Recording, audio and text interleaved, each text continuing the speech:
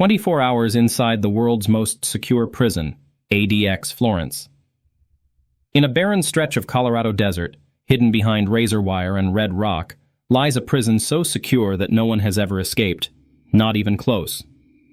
Here, America's most dangerous criminals live in near total isolation, 23 hours a day, inside concrete cells built to break the human spirit. This is ADX Florence, the Alcatraz of the Rockies, and today, we'll step inside for 24 hours to see what life really looks like behind those walls. Before we dive into today's powerful story, don't forget to hit that like button and subscribe for more gripping tales. Your support helps us keep sharing these stories, and we wouldn't want you to miss any of the action. Now, let's get started. The Concrete Fortress. In the high desert of Fremont County, Colorado, stands the United States Penitentiary Administrative Maximum Facility, better known as ADX Florence. Opened in 1994, it was designed to solve a problem: what to do with inmates deemed too dangerous or too high risk for any other prison in America's federal system. The prison sits on 37 acres of land surrounded by razor wire fences, motion sensors, and gun towers. Every inch of the compound is monitored, from the perimeter to the ventilation ducts, using a mix of infrared cameras, pressure pads, and laser tripwires. The facility is divided into several units, but its most infamous section is Control Unit H Block, where inmates live in almost total isolation. Each cell is an 8 by 10-foot concrete box with a solid steel door, a small window measuring only 4 inches wide by 36 inches long, angled upward so that prisoners can see the sky, but not the horizon. Inside, everything is made of concrete: the bed, the desk, even the stool. The toilet automatically shuts off if an inmate tries to flood it. The lights stay on 24 hours a day, though dimmed at night. Wardens have described the facility not as a punishment, but as a place to safely manage the worst of the worst. Yet human rights advocates see it differently, calling it a clean version of hell.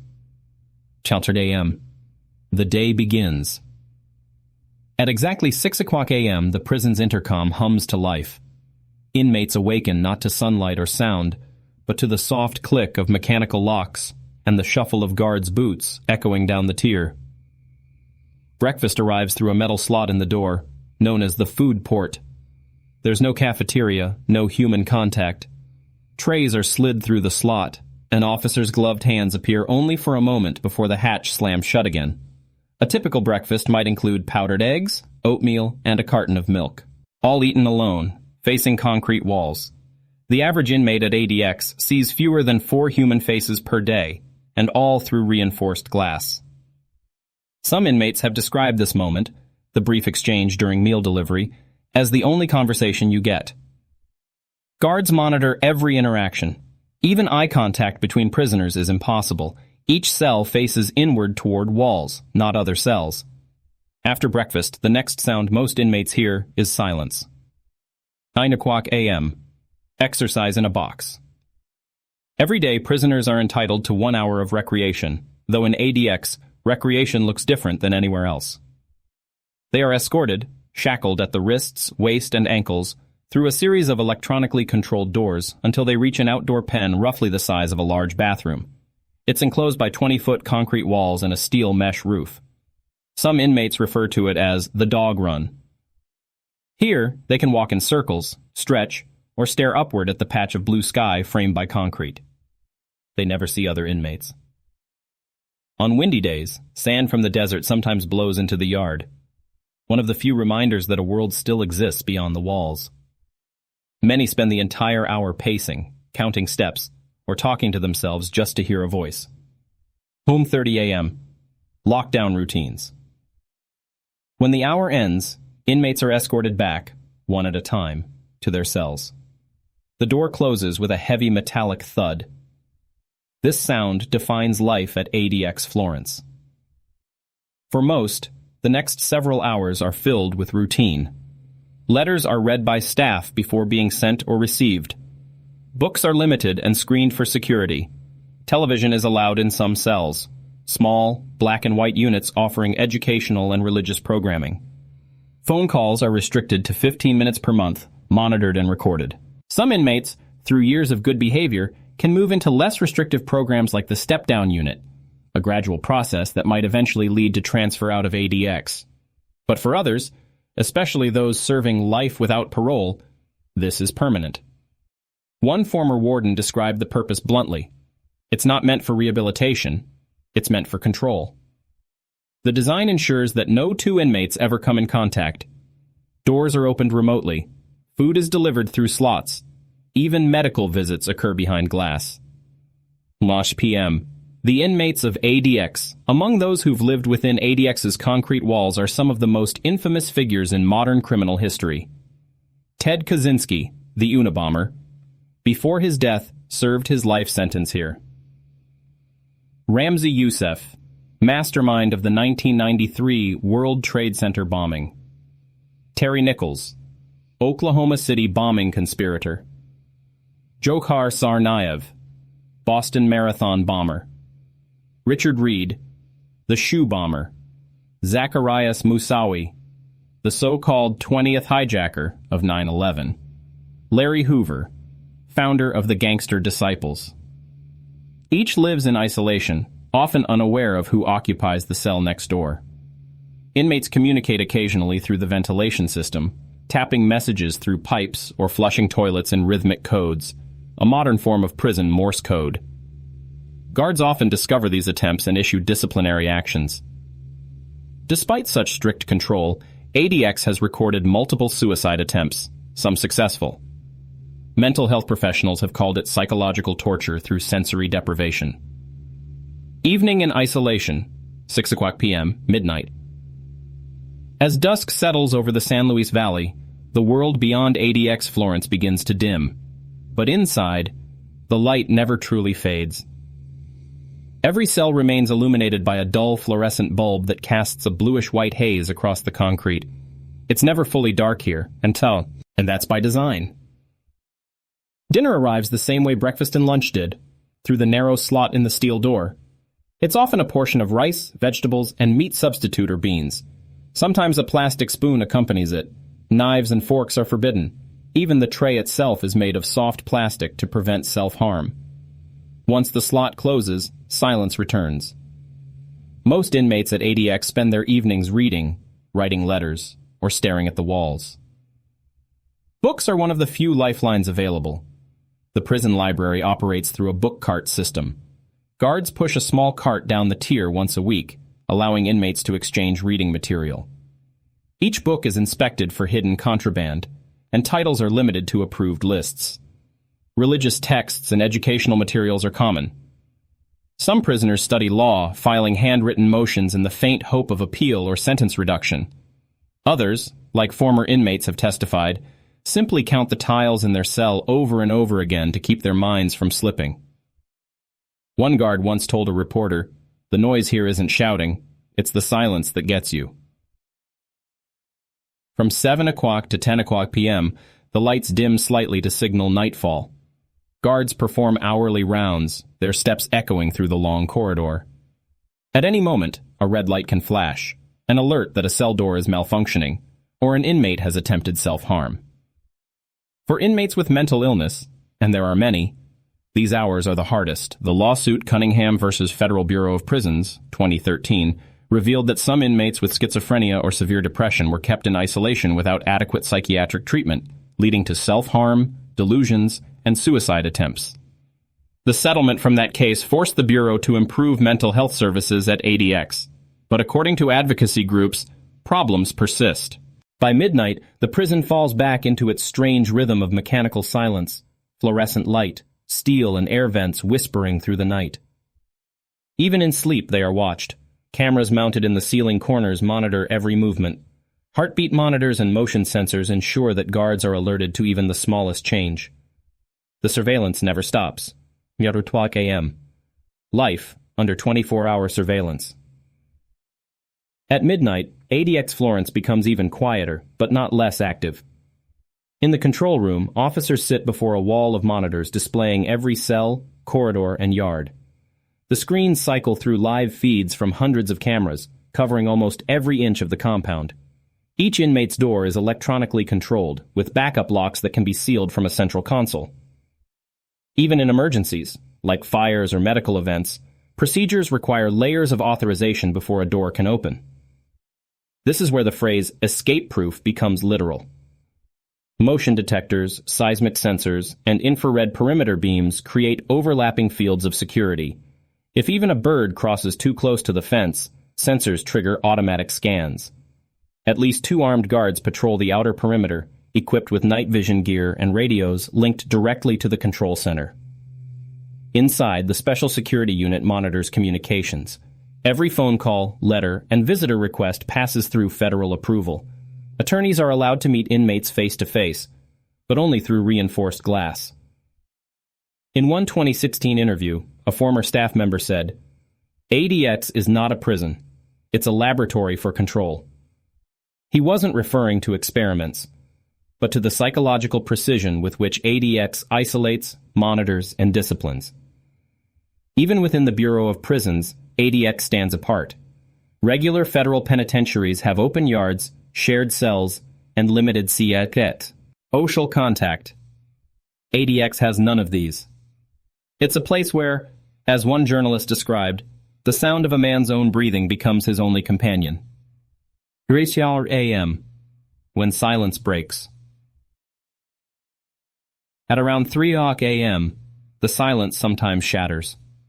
Guards report faint tapping sounds through the ventilation shafts, coded messages passed between cells. Others describe muffled cries, the sound of someone talking to himself for hours. Because inmates are never allowed to speak face-to-face, these noises become their only form of human contact. Over the years, incidents at ADX have reminded staff that even the world's most secure prison can't fully contain human desperation. In 2008, Richard Lee McNair, a notorious escape artist, was briefly housed here before being transferred. In 2009, Abdul Hakim Muhammad, convicted of a terrorist shooting, reportedly attempted to harm himself. And in 2018, Ted Kaczynski, then 76, wrote in a letter describing ADX as a place designed to kill the mind without laying a hand on the body. Mental health staff rotate through each unit, performing rounds through the observation window.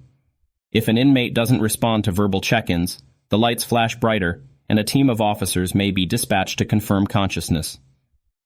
Each response is carefully logged: the date, time, inmate number, and observation.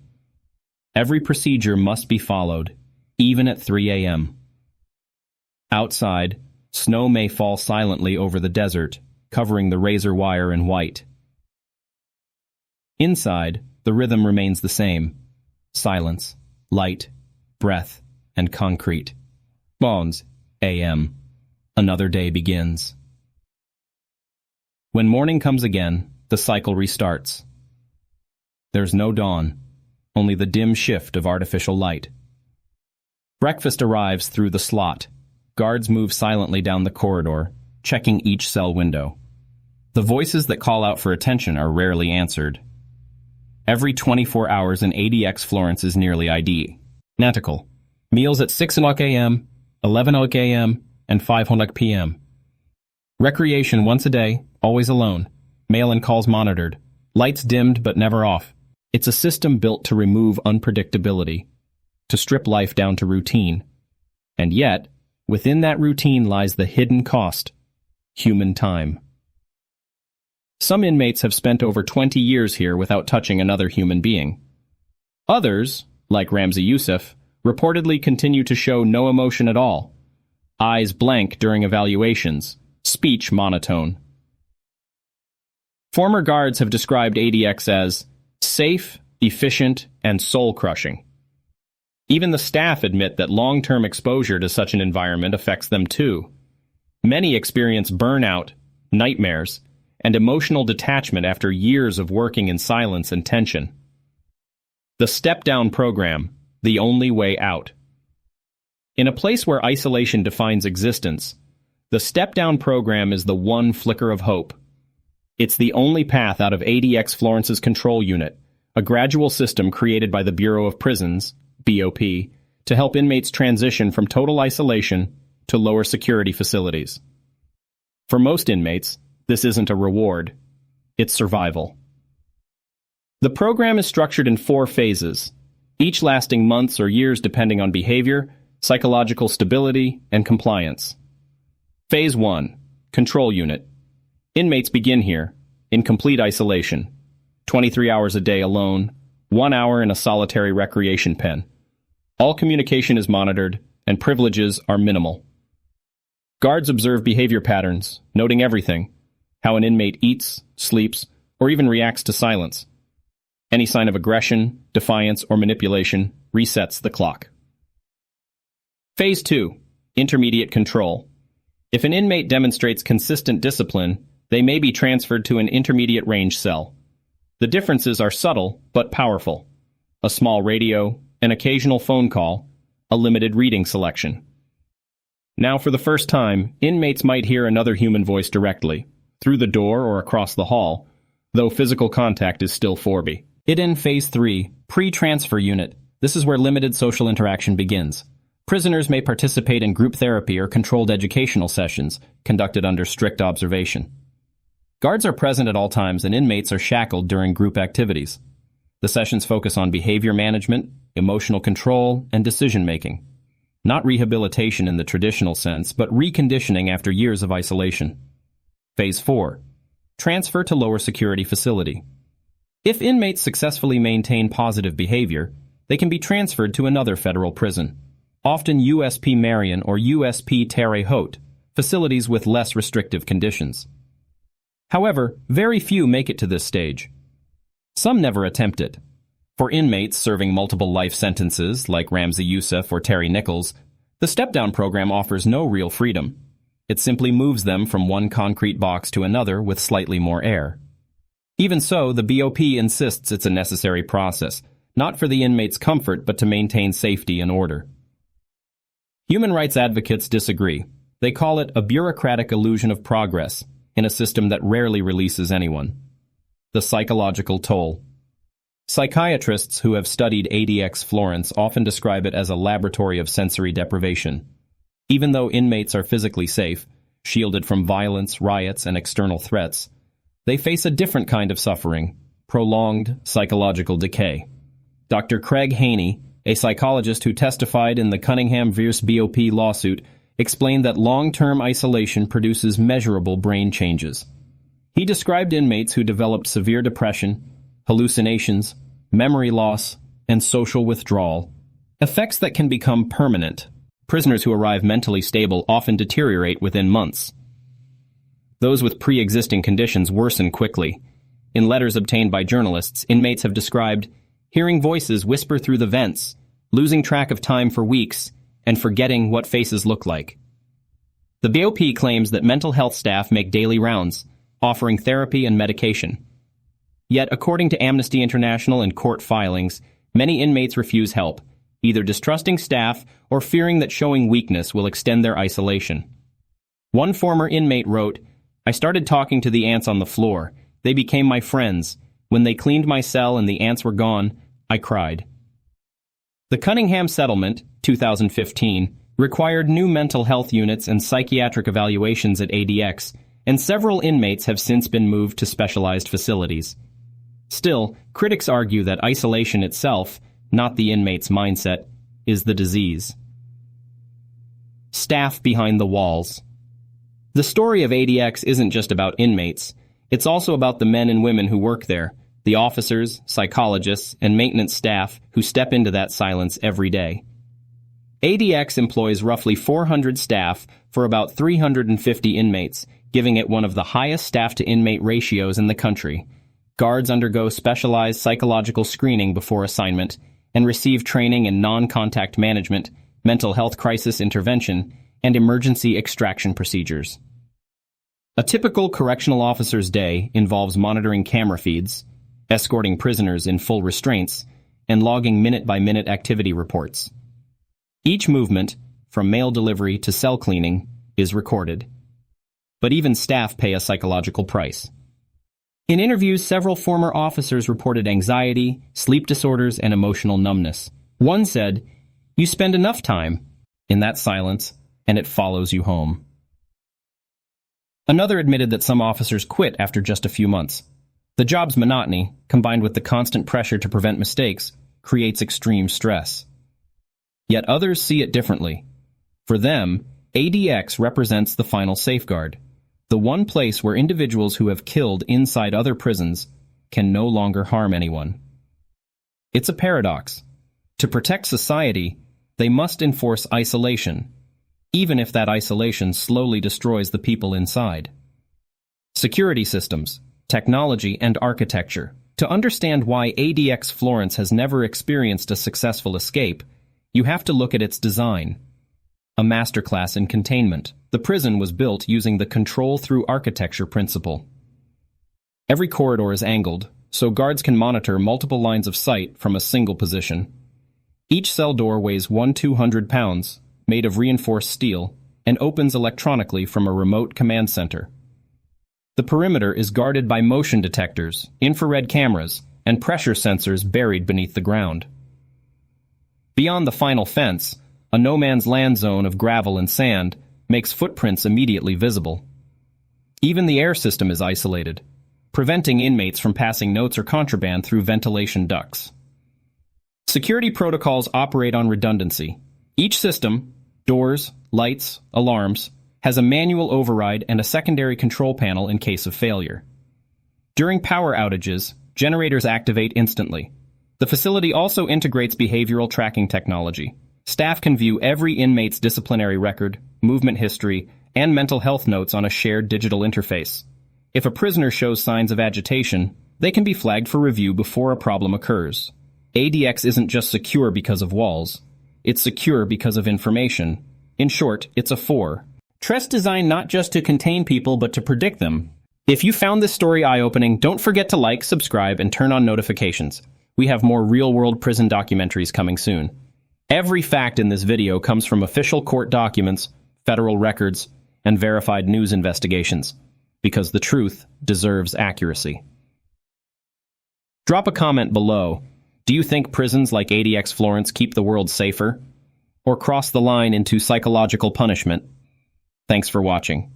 This is the Unspoken Stories, where we uncover the world's most hidden realities, one cell at a time.